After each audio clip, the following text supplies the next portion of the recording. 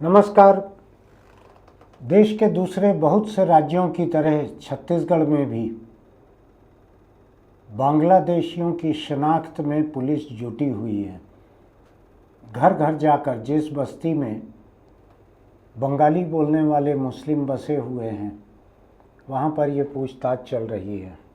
हालांकि बांग्लादेश में हिंदू भी रहते हैं, लेकिन यहाँ जिनकी तलाश की जा रही है वो सिर्फ मुस्लिमों की तलाश की जा रही है।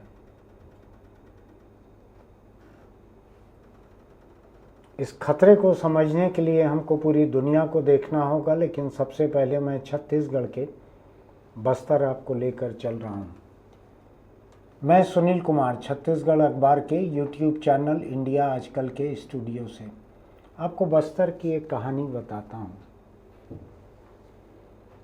29 जून को पश्चिम बंगाल के कई मजदूर एक ठेकेदार के लिए काम करने को बस्तर के कोंडा गांव गए। वहाँ एक सरकारी स्कूल बिल्डिंग को बनाने का काम कर रहे थे। ये मजदूर थे, काम कर रहे थे। वहाँ पर पुलिस पहुंची 12 जुलाई को। ये मुस्लिम थे और बंगाली बोलने वाले थे, गरीब थे। मैंने अभी तक किसी एयरपोर्ट पर किसी सूट बूट वाले, किसी बंगाली बोलने वाले, किसी मुस्लिम को बांग्लादेशी कहे जाते नहीं देखा है। लेकिन आपको एक बात शायद ना मालूम हो, मुझको चूंकि अभी महीने डेढ़ महीने पहले कुत्ते ने काटा है, इसलिए मैं आपको बतला सकता हूँ कि सड़कों पर कुत्ते भी उसी को अधिक काटते हैं जो गरीब जैसे कपड़े पहनते हैं, जो भिखारी रहते हैं, जो कचरा बीनने वाले रहते हैं, गरीब दिखते हैं, ऐसे लोगों को कुत्ते ज़्यादा काटते हैं। इसलिए अगर गरीब दिखने वाले, और गरीब होंगे भी, तभी बस्तर के कोंडा गांव में रहकर स्कूल बिल्डिंग में मजदूरी कर रहे थे, कंस्ट्रक्शन में।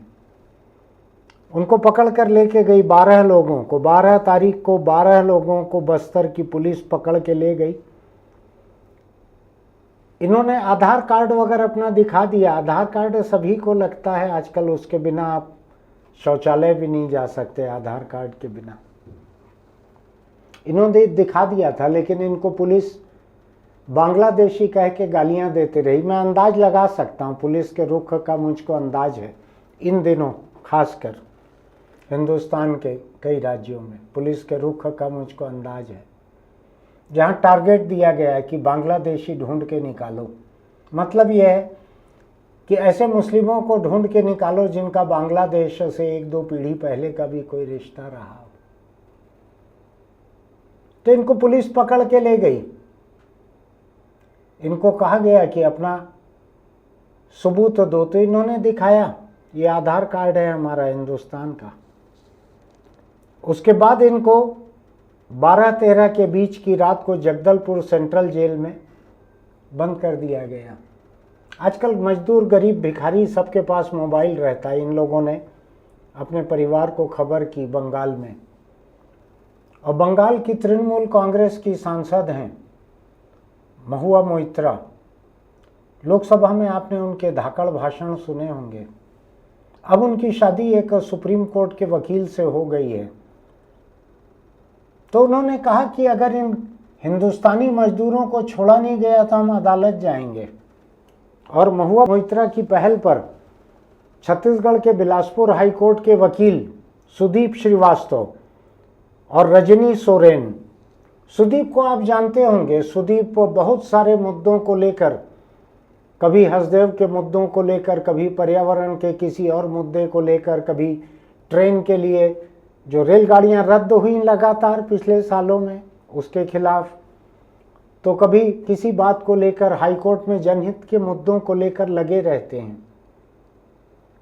तो सुदीप ने एक बंदी प्रत्यक्षीकरण याचिका होती है, हेबियस कॉर्पस पिटीशन, वो लगाई बिलासपुर हाई कोर्ट में। इनके बंदियों को पेश किया जाए। ये जब तक इसके ऊपर सुनवाई होती तब तक वहां पे बस्तर में मजिस्ट्रेट के कोर्ट ने इन लोगों को छोड़ दिया, वहां पे इन मजदूरों को। और पुलिस ने कहा कि तुम छोड़ के चले जाओ छत्तीसगढ़।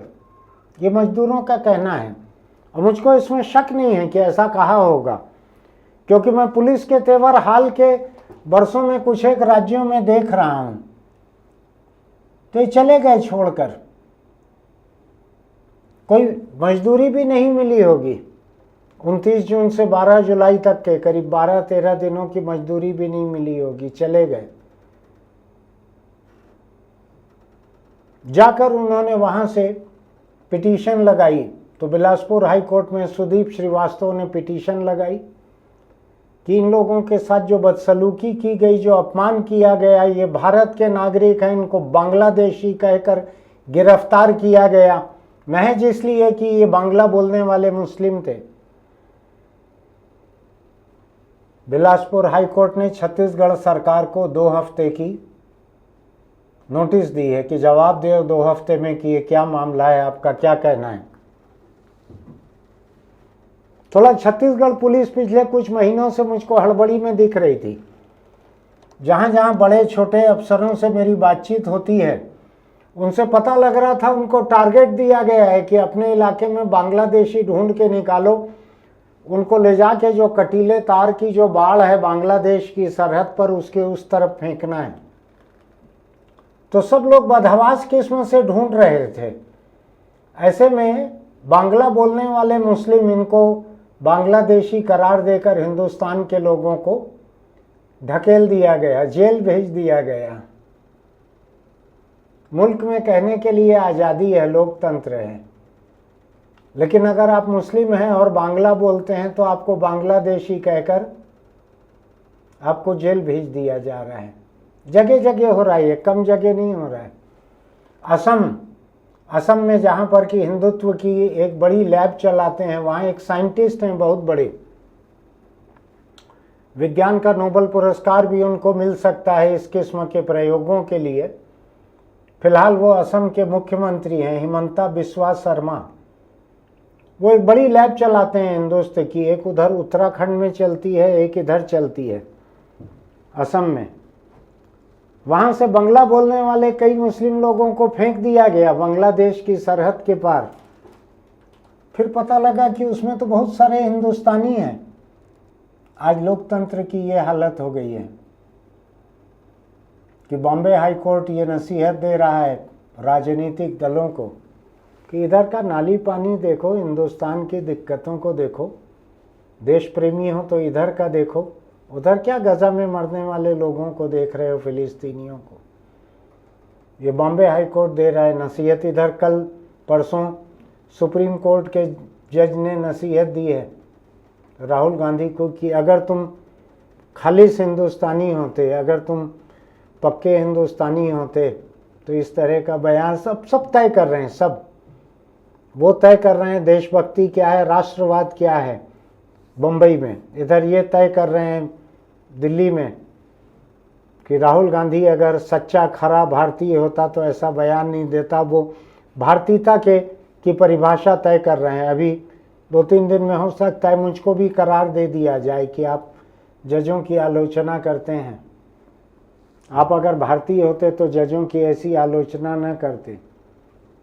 इधर छत्तीसगढ़ पुलिस हो सकता है मुझको कहने लगे कि आप अगर खालिश छत्तीसगढ़ी होते, राष्ट्र प्रेम से भरे हुए होते, राष्ट्रवाद की आपको परवाह होती, तो आप ये बांग्ला भाषी बांग्लादेशी भाषा, जैसा दिल्ली पुलिस ने कहा है, बांग्लादेशी भाषा बोलने वाले मुस्लिमों का आप तरफदारी नहीं करते ऐसी। अरे उनको फेंक दिया, बाहर फेंक दिया, उनके लिए क्यों रो रहे हो आप? ना मुसलमान हो ना बांग्ला भाषी हो, आप क्यों रो रहे हो? लेकिन छत्तीसगढ़ सरकार से लेकर सुप्रीम कोर्ट के जजों तक और मुंबई हाई कोर्ट के जजों तक मैं कहना चाहता हूँ कि मैं गांधी और नेहरू के देश का हिंदुस्तानी हूँ, वही काफ़ी है।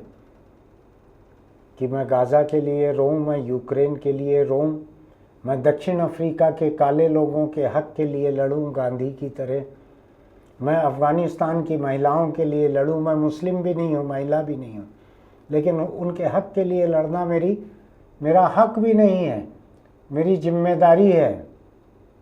चाहे बॉम्बे हाई कोर्ट के जज इसको न समझे, चाहे सुप्रीम कोर्ट के जज न समझें, चाहे इस देश के 1 या 1.5 दर्जन भाजपा शासित राज्यों के मुख्यमंत्री या गृह मंत्री या वहाँ की पुलिस न समझे।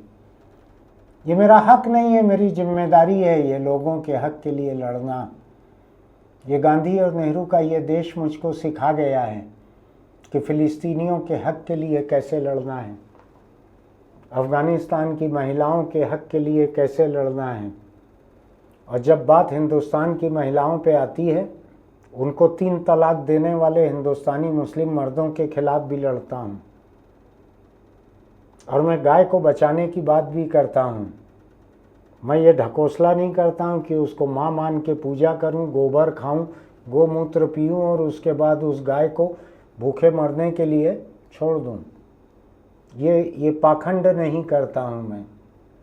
तो इसलिए मैं छत्तीसगढ़ में मजदूरों को जिस बिना पर, जिस वजह से निकाल के फेंका गया कि वो बांग्ला बोलते थे और मुस्लिम थे, तो तुम तो बांग्लादेशी ही होगे, निकाल के फेंक दिया गया था। उसके पहले जेल डाल दिया गया था। इस देश के नागरिक को यहाँ पर जेल में डाल दिया गया। आपको अंदाज है दूसरे प्रदेशों में गए हुए छत्तीसगढ़ियों को अगर जेल में डाला जाए तो कितने लाख होंगे। दूसरे प्रदेशों में गए हुए उत्तर प्रदेश के भैया लोगों को और बिहारी लोगों को दूसरे प्रदेशों में जेल में डाला जाए तो कितने दसियों लाख होंगे, वो कुछ अंदाज है आपको? पूरे देश में ताने बाने की तरह हर प्रदेश के लोग गुथे हुए हैं। आप कितने ताने तोड़ोगे? आप ताने तोड़ोगे, बाने अपने आप बिखर जाएंगे। जो छत्तीसगढ़ में पुलिस ने किया है, मैं बहुत हफ्तों से मैं देखते आ रहा हूं इसको। जो कर रहे हैं आप उसको मैं देखते आ रहा हूं। जो आपको टारगेट मिला है वो भी मुझको मालूम है। ये टारगेट दिया गया था छत्तीसगढ़ पुलिस को कि गुजरात में जिस तरह से एक शहर में 200 बांग्लादेशी पकड़े गए, कैसे हैं वहां के मैं अभी नहीं जाता उसके ऊपर, ऐसे छत्तीसगढ़ में पकड़ना है। इस टारगेट की वजह से मजदूरों को, जो कि मजदूरी कमाने के लिए बस्तर में आके काम कर रहे थे, उनको बस्तर की जेल में बंद कर दिया गया। इस देश में मजदूरी कमाने वाले जेल भेजे जाएंगे अपनी जुबान की वजह से, कौन सी भाषा बोलते हैं उसकी वजह से। तो फिर केवल संस्कृत वालों को छोड़ो, बाकी सबको बंद कर दो। वही एक देव भाषा है इस देश में। मैं कुछ दूसरी बातों पे आपको ले जाना चाहता हूं। जो हिंदुस्तान में हो रहा है इसका असर दूसरे देशों पर भी होता है। आपने देखा है ना, चीन से निकला था कोरोना, किस तरह पूरी दुनिया में फैल गया था। नफरत किसी एक देश से निकलती है। हिटलर के समय जर्मनी से निकली थी, पूरी दुनिया के बहुत से देशों को गिरफ्त में ले लिया था। आज हिटलर जैसी नफरत इजराइल की फिलिस्तीनियों के खिलाफ दिख रही है। और मैं आपको बतलाता हूं, अभी आयरलैंड, जो कि पढ़ा लिखा एक सभ्य देश माना जाता है, जहां के विश्वविद्यालय पूरे दुनिया में फेमस हैं, हिंदुस्तान से भी बच्चे आयरलैंड पढ़ने जाते हैं। उस आयरलैंड में पिछले कुछ महीनों में हिंदुस्तानियों को निशाना बना बना कर मारा गया है, पीटा गया है, हिंसा की गई है, गालियां बकी गई है नस्लवादी, और कहा गया है कि तुम वापस चले जाओ। आयरलैंड की बहुतायत ईसाई है। ईसाई बहुतायत के इस देश में हिंदुस्तानियों को मारा गया है जगह जगह और भगाया गया है। ऐसा ही अमेरिका में कई जगह किया गया है, ऐसा ही ब्रिटेन में किया गया है, ऐसा ही कनाडा में किया गया है कई जगह। जानते हैं आप क्यों किया गया है? क्योंकि दुनिया में बहुत से देशों में इस बात पर चर्चा हो चुकी है संसद में कि भारत में धार्मिक अल्पसंख्यकों के साथ किस तरह की हिंसा हो रही है। छत्तीसगढ़ में अभी 4-6 दिन पहले की बात है, दुर्ग रेलवे स्टेशन पर 2 नन को गिरफ्तार किया गया। ईसाई नन थी। बस्तर के परिवारों की 3 लड़कियों को, बालिग लड़कियों को ट्रेनिंग देने, नौकरी लगाने के लिए वो साथ में लेके जा रही थी। परिवार उनका पहले से ईसाई हो चुका है बस्तर में, उन्होंने सारे सबूत दिए हैं। उनको घेर कर बजरंग दल ने नारेबाजी की दुर्ग स्टेशन में, जेल भेज दिया गया उनको, आनन फानन जेल भेज दिया गया धर्मांतरण के जुर्म में। और आपको पता है कि नहीं पता है, मेरे पास वीडियो है उसका, कि पुलिस थाने में जाकर बजरंग दल की एक महिला नेता ने जिस तरह से धमकाया है इन नंस को और जैसी नफरत की बातें कही है वहां पर, उसमें सुप्रीम कोर्ट की हेट स्पीच लगाना उस थाने की जिम्मेदारी थी। और उस वीडियो के आधार पे आज भी राज्य सरकार की जिम्मेदारी है हेट स्पीच की धारा लगाना। ये अलग बात है कि आप हेट स्पीच की धारा लगाएंगे और सुप्रीम कोर्ट का जो कोई जज कहेगा कि अगर आप पक्के भारतीय होते तो ऐसी धारा नहीं लगाते। हो सकता है, मुझको हैरानी नहीं होगी, इसलिए छोड़ देता हूं उस बात को अभी, हेट स्पीच को। लेकिन छत्तीसगढ़ में जिन नन को गिरफ्तार किया गया वो केरल की मलयाली नन्स थीं, ईसाई नन्स।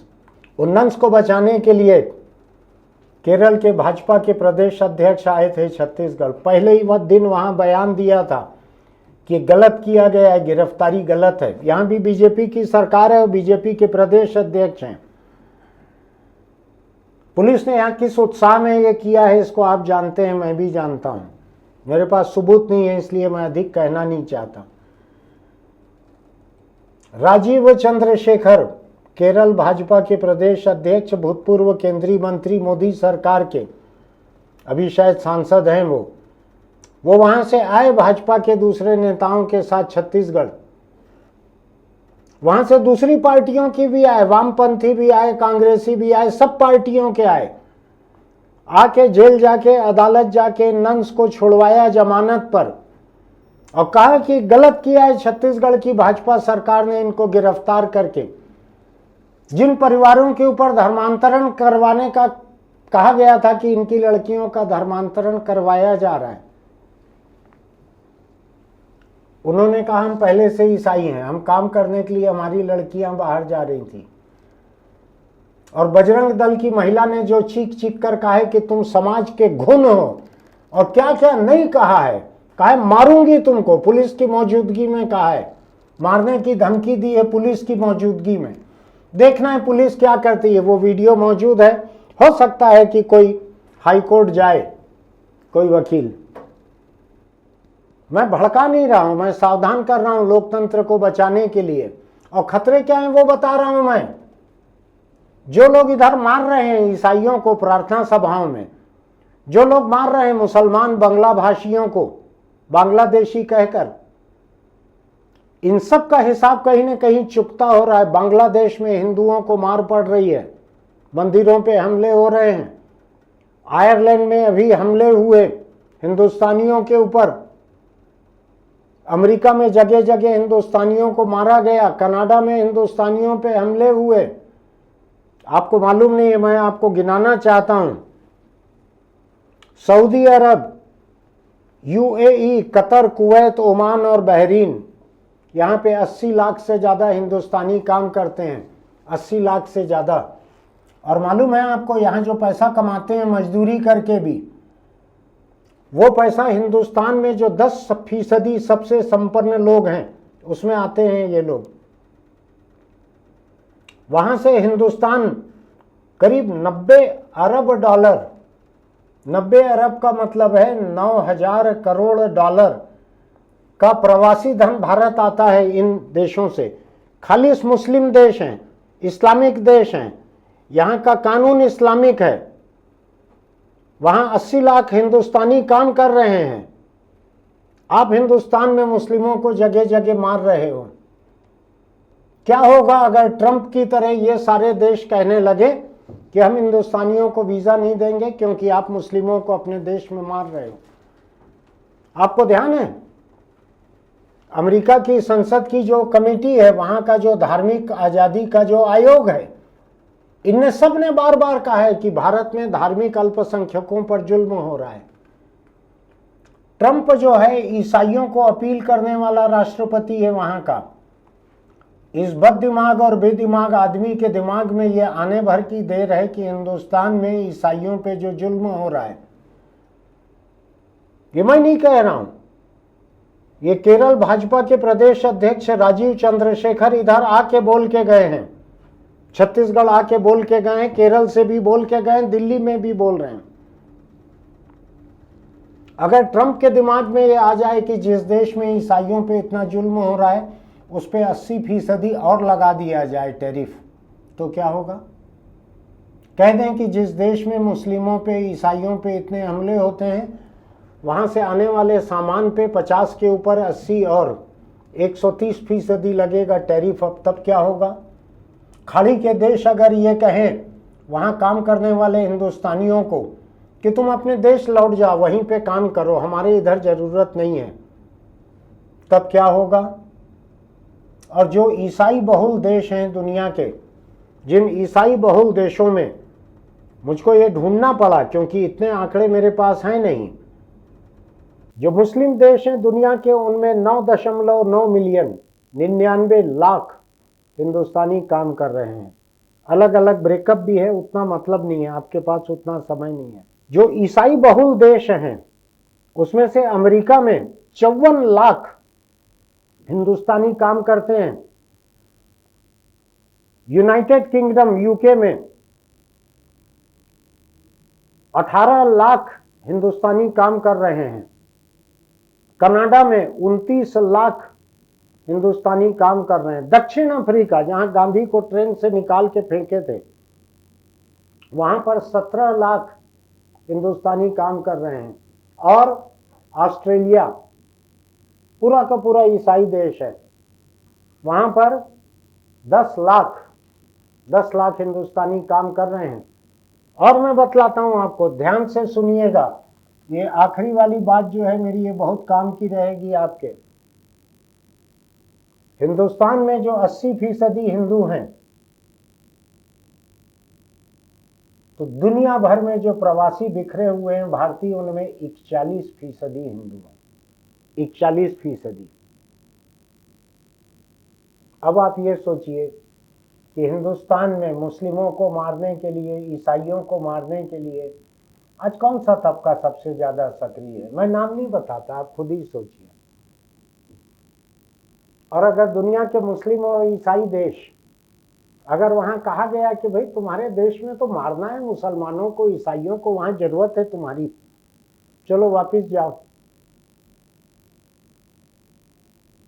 तो जो प्रवासी भारतीय हैं बाहर बसे हुए अलग अलग जगह जो आपको दिखते हैं ना कई बार वीडियो में, खबरों में, उनमें से 41% हिंदू हैं। मैं आपको बताऊं, दुनिया जो है ना, इसको ग्लोबल विलेज कहा जाता है। पूरी दुनिया एक गांव बन गया है। इस गांव में आप अगर एक कोने पे जुल्म करोगे तो उसका दूसरे कोने पर प्रतिकार होगा। इस बात को ध्यान रखना। प्रधानमंत्री नरेंद्र मोदी जितने मुस्लिम देशों में जाते हैं ना दौरों पर, कितनी ही तो मस्जिद और कितने ही दरगाह, कितना ही जगह जाके आए हैं वो, उसकी तस्वीरें और वीडियो देखी है ना आपने। आज आप हिंदुस्तान में जो कुछ कर रहे हो, आयरलैंड में जो पिट रहे हैं, इधर जो मार रहे हैं ना लोग, ये बजरंग दल के लोग और दूसरे हिंदू संगठनों के लोग जो मार रहे हैं ईसाइयों को, मुस्लिमों को, इनमें से एक के भी घर वाले विदेशों में काम नहीं करते हैं। अगर काम करते होते तो इनको फिक्र रहती कि मैं यहाँ 4 जूता किसी को मारूंगा तो वहां मेरे रिश्तेदार को, मेरे बेटे को, बाप को, भाई को 8 जूते पड़ सकते हैं। आप समझ रहे हैं इस बात को? ये खतरा छोटा नहीं है, ये खतरा बड़ा है। आज आप देश के भीतर बंगाल के मजदूर को छत्तीसगढ़ में पीट रहे हो, बिहार के मजदूर को आप मुंबई में पीट रहे हो, आप जगह जगह देश के भीतर पीट रहे हो। यही दुनिया में हो रहा है बाकी जगह। तो क्यों भारत सरकार प्रतिकार करे आयरलैंड से और कनाडा से और अमेरिका से और ब्रिटेन से? क्यों प्रतिकार करे? जो काम आप अपने देश के भीतर कर रहे हो वो काम वो अपने देश में कर रहे हैं। आप जब हिंदुस्तानी लोगों को बांग्लादेशी कहकर सरहद के उस पार फेंक दे रहे हो, बाद में थूके हुए को चाटने जैसा उनको वापस लेना पड़ रहा है कि उनके पास तो हिंदुस्तानी होने के सबूत है, हम कैसे उनको ले लेंगे? कहता है बांग्लादेश। ये बड़ा आधार कार्ड, मतदाता परिचय पत्र, पैन कार्ड और जाने कितना 40 तरह के कार्ड वाला और शिनाख्त वाला ये देश है। बांग्लादेश तो एक गरीब और अपेक्षाकृत अनपढ़ अविकसित देश है। वहां ठेल दे रहे हो अपने नागरिकों को जिनके पास सबूत है। क्या गुजरती होगी लोगों के दिल पे? हिंदुस्तान की सरकार के लिए, यहाँ के प्रदेशों की सरकारों के लिए क्या गुजरती होगी इनके दिल में? मैं दिलचस्पी से देख रहा हूं बिलासपुर हाईकोर्ट के नोटिस को, जिसमें इन मजदूरों ने कहा है कि हमको 1-1 लाख रुपया मुआवजा दिया जाए जो हमको प्रताड़ित किया गया, अपमानित किया गया है, और हम छत्तीसगढ़ आके काम करेंगे तो हमारी हिफाजत का इंतजाम करे यहाँ की सरकार।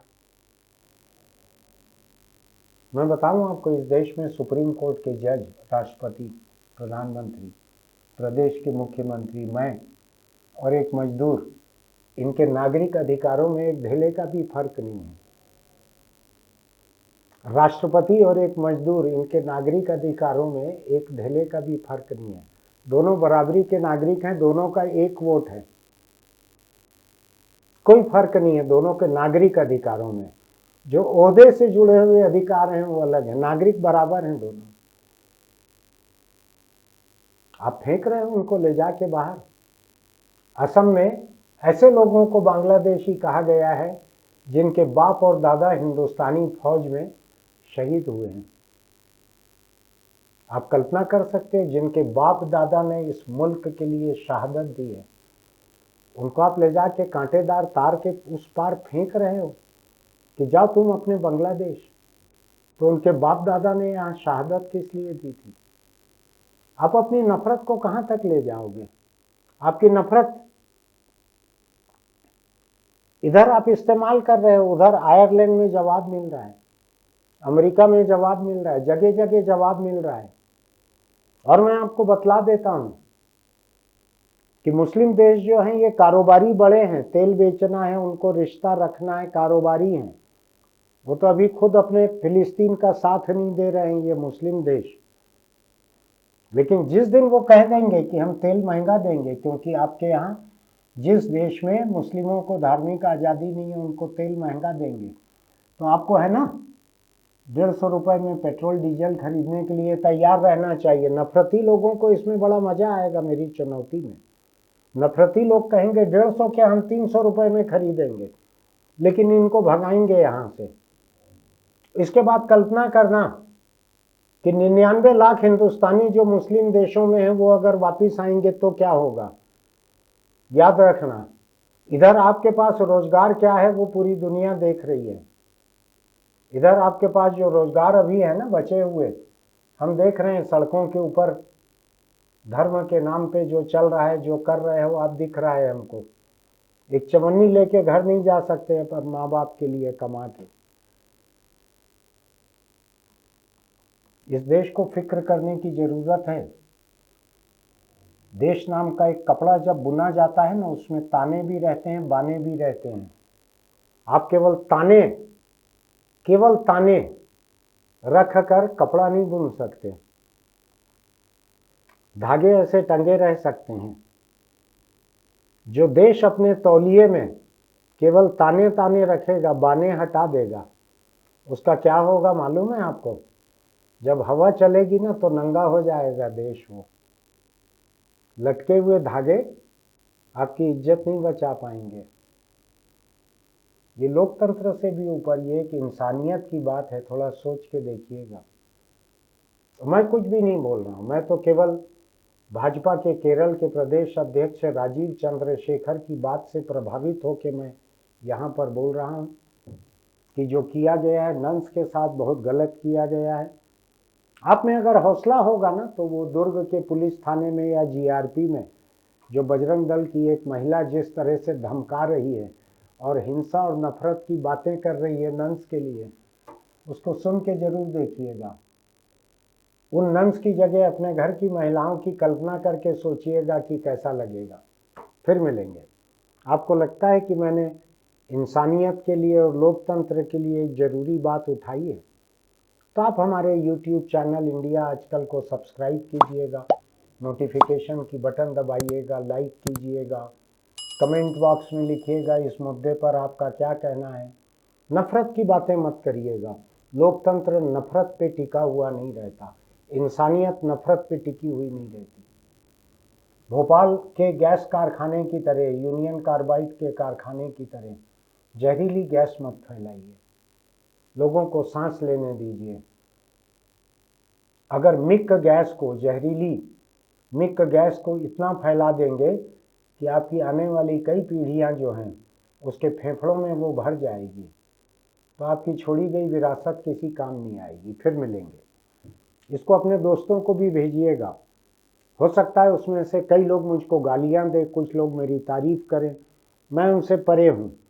मैं मूल्यों की बात कर रहा हूँ, आपको जो लगना है लगे। जो मुझको ठीक लग रहा है मैं कह रहा हूँ। मैं सुप्रीम कोर्ट के जज का चेहरा देख के नहीं कह रहा कि मैं जो कह रहा हूँ उससे मैं हिंदुस्तानी साबित होऊंगा कि नहीं होऊंगा।